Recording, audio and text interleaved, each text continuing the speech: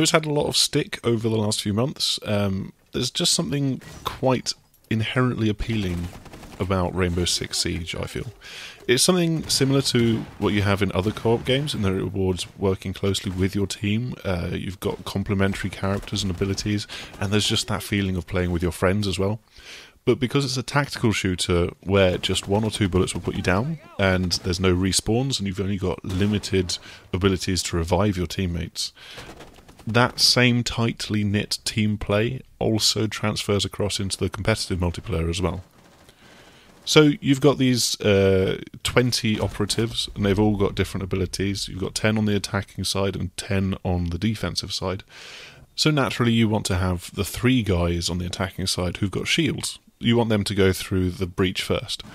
But where that breach happens is down to the other people. You've got lots of breaching charges, but you've got characters like Thermite who will let you breach otherwise impregnable walls. And that helps you to change how a round flows. You've also got Glass, who is deadly from distance with his marksman rifle, so you don't always need to be stuck in tight and cramped quarters. You can have him sniping through a window from a distance. And defensively as well, you have to try and counter that attacking force that's coming at you. You're all about setting up traps, whether it's setting electricity to course through barbed wire or metal wall, and you're waiting for the attackers to make a move, unless you think that attack is the best form of defense, maybe. And there's this certain rhythm and flow to each round of the game, which works really, really quite well. It can even work quite well if you don't have a team talking to each other. Obviously that is the best way to play the game if you've got a group of 5 friends, but when you're playing with match-made strangers, they are maybe more likely to spread out and do what they want to do and maybe get picked off. But with the basic principles of the game being so simple and so clear, you can often find a team who will stick together, gather up behind the shield guy, and methodically work their way through a breach. But Siege is far from perfect. I mean, just as you had with Star Wars Battlefront, it's been criticised for not having a single-player game. It does have Situations Mode, which is effectively just a series of 10 training missions that put you through 10 different operators across the 10 different maps in the game. And you are put into a handful of different offensive and defensive situations that you'll then face again in Terrorist Hunt and multiplayer.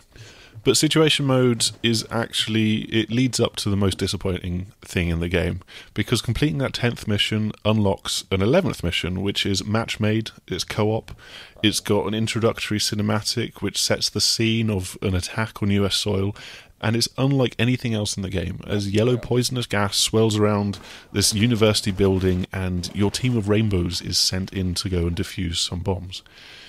What makes it disappointing is that it feels like it's the first mission of a story. Throw in some competitive AI maybe, create some more scenarios across some of these multiplayer maps, and add in a few more linear maps which you can work through, rather than having to play through multiplayer arenas again. And if you did all that, you'd have, maybe a fairly serviceable, maybe short, but serviceable single-player campaign. But the thing is that Siege is so very tightly focused on this core attack and defense multiplayer gameplay. Whether it's hostage rescue, bomb defusal, or capturing a biohazard area, you're always basically playing the same game mode. You've got an objective to get to, or to hold and defend, and generally more often than not, you're going to end up with killing the other team to get a round victory. When you turn your attention to Terrorist Hunt, which is the co-op mode, the AI aren't particularly bright.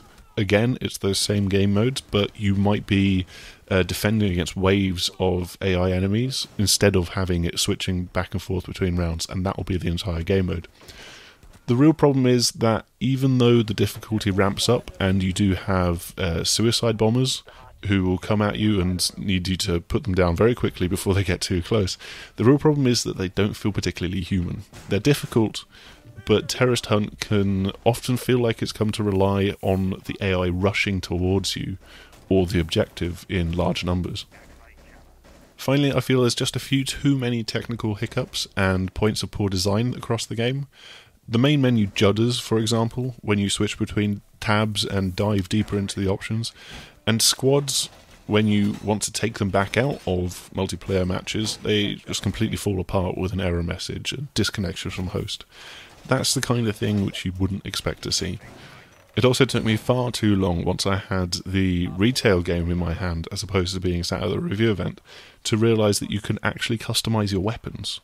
It's tucked into the operatives tab when you have to pick each operative, and then you can customise their particular weapons, unlock new attachments, so you could have a laser sight, that kind of thing. But there's no sign of this in the game. And on top of this, unlocking the actual operatives can take quite a long time to do. You do get quite a bit of renown from playing through the situations, and you can also buy boosters and things like this. But after like the first 5 or 6 of these, you'll have run through the initial burst of renown that you had, and then you've got to grind through quite a few matches, and it just feels artificial. The saving grace to all of this is that you can basically pick whichever operative you want in order to unlock them, but then you've still only got maybe 3 or 4 attacking operatives to choose from when you're going into a multiplayer match, and there's just like this mad scramble to pick the operative that you want to have. But underneath it all, Rainbow Six Siege is actually still a nice and solid game. As I said, I've actually had a lot of fun with it, and even though it doesn't really try to do too much beyond its core attack and defense gameplay, there's still more than enough fun to be had, especially when you're playing with a group of friends.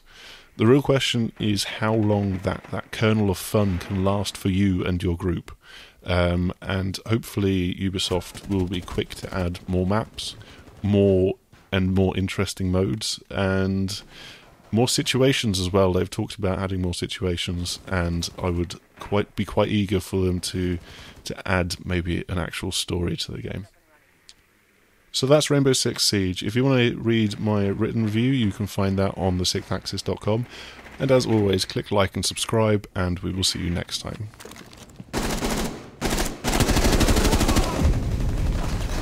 Op 4 eliminated.